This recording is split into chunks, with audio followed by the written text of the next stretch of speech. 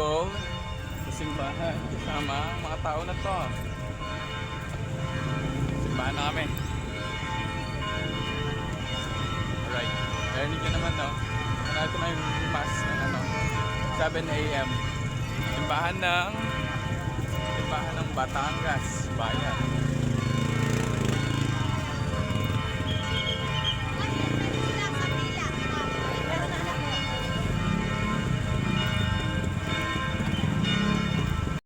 Today is makapagsimba sa bayan ng Gapo kasama sila. Right. See you guys. Ayun lang. Pasok ng simbahan. Tsura ng simbahan ng Batangas.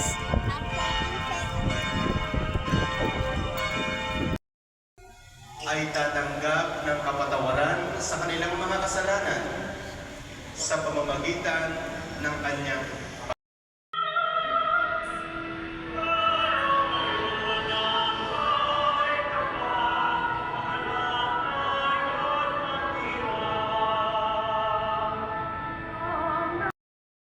Namahal ni Jesus at sinabi sa kanila, kinuha sa libingan ng Panginoon at hindi namin alam kung saan dinala. Kaya't si Pedro at ang nasabing alagad ay nagpunta sa libingan. Kapwa silang tumakbo, ngunit si Pedro ay naunahan ng kasamang alagad. Yumuko ito at sumilip sa loob. Nakita niyang nakalagay ang mga kayong trigo, ngunit hindi siya Hindi ko makita. Sa inyo, Diyos Ama,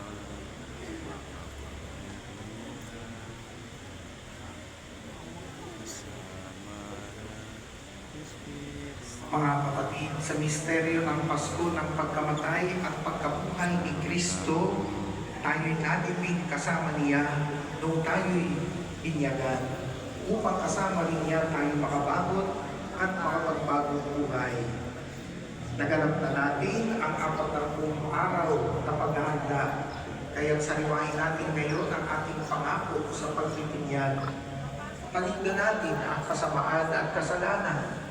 Harapin natin ang matapat na paglilingkod sa Diyos bilang mga maasahang kaanib na kanyang banal na simbahan.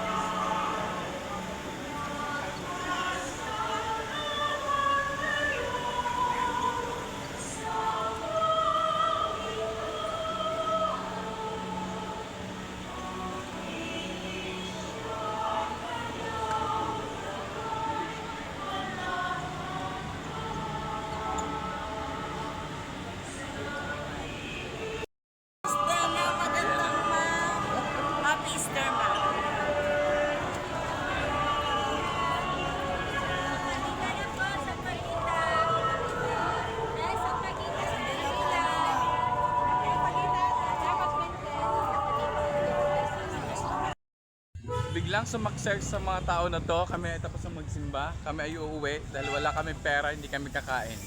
Charis! Ang ganda ng Batangas. Plaza, bayan. Maraming kainan dito, pero wala ang pambili. Manahimik. Joke! Ganda naman ang bayan ng